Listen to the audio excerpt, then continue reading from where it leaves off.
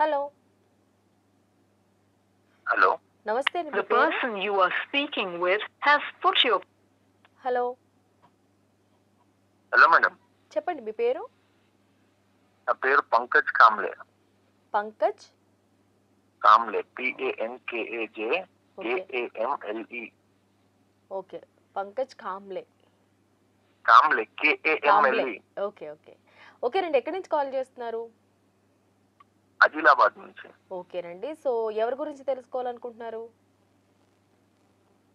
Madam నా గురించి. మీ date of birth చెప్పండి. 03 ఓకే 06 1997. ఓకే ఓకే సరేనండి. సో ఏ విషయంగా తెలుసుకోవాలనుకుంటున్నారు మీరు? అదే మేడం, ఎట్లా ఉంది కెరియర్? ఇప్పుడు నాది జాబ్ పోయింది. ఓకే, బిజినెస్ పరంగా లాస్ వచ్చింది మీకు? కాదు, జాబ్ ఉండే, జాబ్ పోయింది, బిజినెస్ చేయాలని. మీ వాయిస్ బ్రేక్ అవుతుందండి. మీరు దయచేసి సిగ్నల్ ఉన్న ఏరియాలోకి రండి ప్లీజ్. మీరు వాయిస్ చాలా బ్రేక్ అవుతుంది. మీరు ఇంత కాల్ చేసి ప్రయాసపడి కాల్ చేసి వేస్ట్ అవుతుంది. Okay, job career wise okay మాట్లాడండి, గురుగారితో మాట్లాడండి. మీరు ఇప్పుడు 28 రన్ అవుతుంది, 27 కంప్లీట్ అయ్యి 28 వచ్చింది, రైట్? ఇప్పుడు మీరు కనుక సీరియస్గా జాబ్ ట్రై చేస్తుంటే మీకు రేపు సెప్టెంబర్లోనే జాబ్ వస్తుంది. సెప్టెంబర్లోనే జాబ్ వస్తుంది. బిజినెస్ అంటే మీరు ఏం బిజినెస్ చేయాలనుకుంటున్నారు చెప్పండి? Logistics, transport logistics.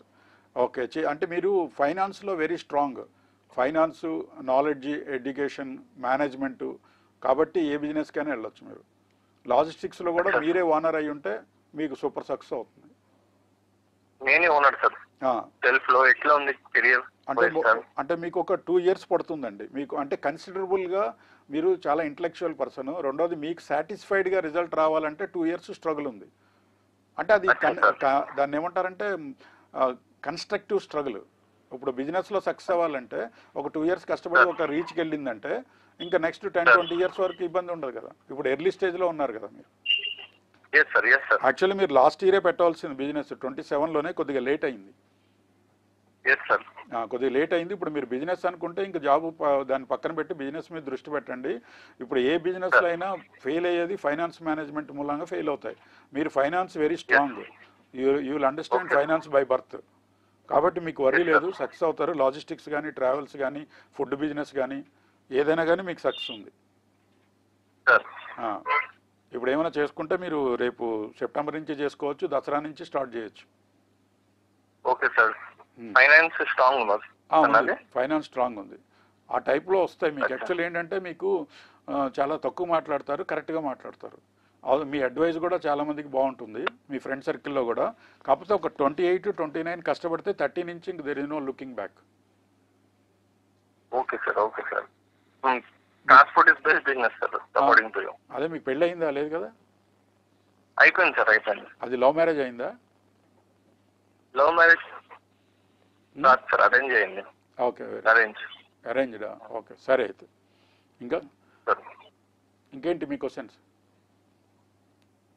Okay sir.